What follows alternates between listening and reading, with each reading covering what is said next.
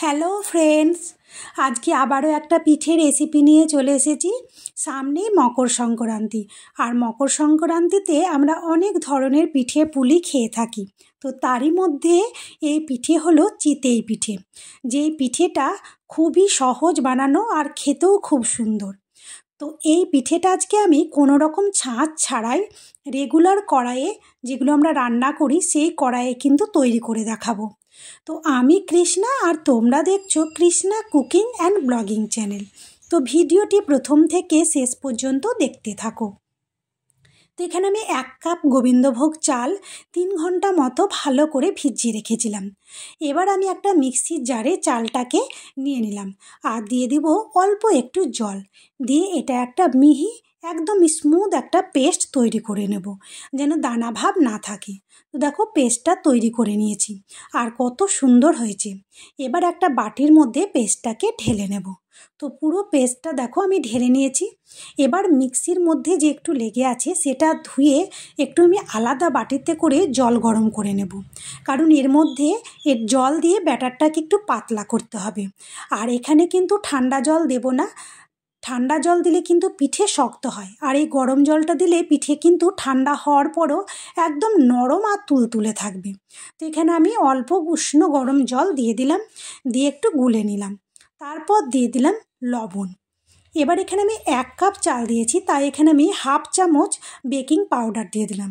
আর এই বেকিং পাউডারটা দিলে পরে পিঠে কিন্তু খুব সুন্দরভাবে ফুলবে।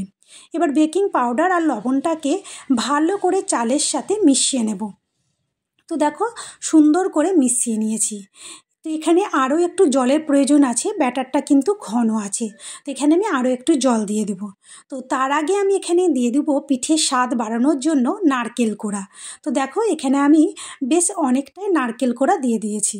এবার নারকেল কোড়াটাকে বেশ ভালো করে ব্যাটারের সাথে মিশিয়ে নেব। তবে নারকেল কোড়াটা তোমাদের যদি ইচ্ছে না হয় তাহলে নাও দিতে পারো, তবে দিলে পরে কিন্তু পিঠেটা খেতে খুব সুন্দর লাগবে।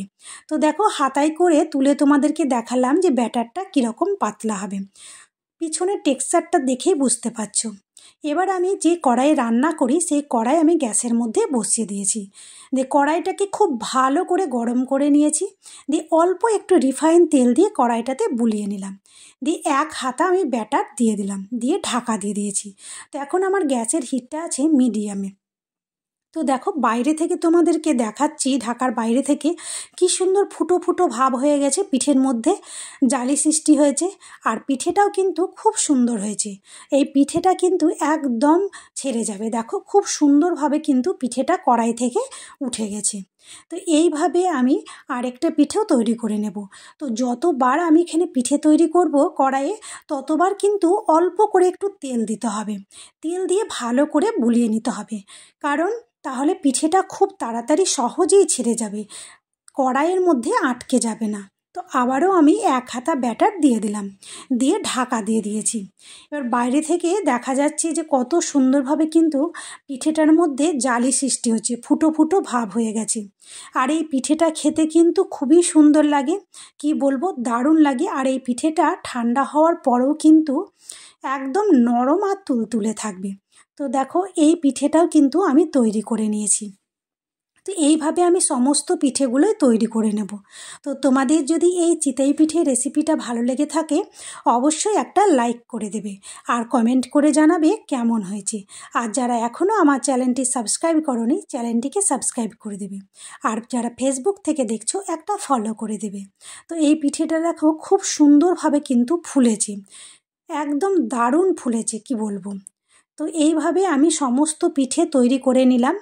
আর আজকে কোনো ছাঁচ ছাড়াই যেসব কড়াই আমরা রান্না করি সেই কড়াই কিন্তু পিঠেটা তৈরি করে দেখালাম।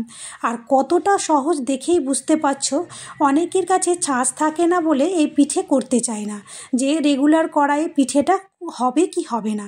তো তোমাদেরকে তো এবার কড়াইয়ে দেখিয়ে দিলাম, অবশ্যই বাড়িতে এইভাবে কিন্তু চিতই পিঠে তৈরি করে খাবে, আর কোনো ছাঁচ ছাড়াই কোনো ঝামেলা কোনো কিছু নেই, খুব তাড়াতাড়ি আর খুব সহজেই কিন্তু এই পিঠেটা তৈরি হয়ে যায়, আর খেতেও কিন্তু খুব সুন্দর লাগে।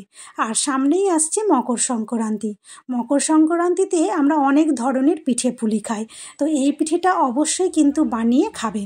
তো দেখো আমি এখানে লিকুইড যে ঝোলা গুড়টা হয় সেই গুড়টা কিন্তু দিয়ে দিয়েছি, আর এই গুড়টা দিয়ে কিন্তু পিঠেটা খেতে খুব ভালো লাগে। তো তোমাদের যদি এই রেসিপি ভালো লেগে থাকে একটা কমেন্ট করে দেবে। আজকের মতো ভিডিও এখানেই শেষ করলাম।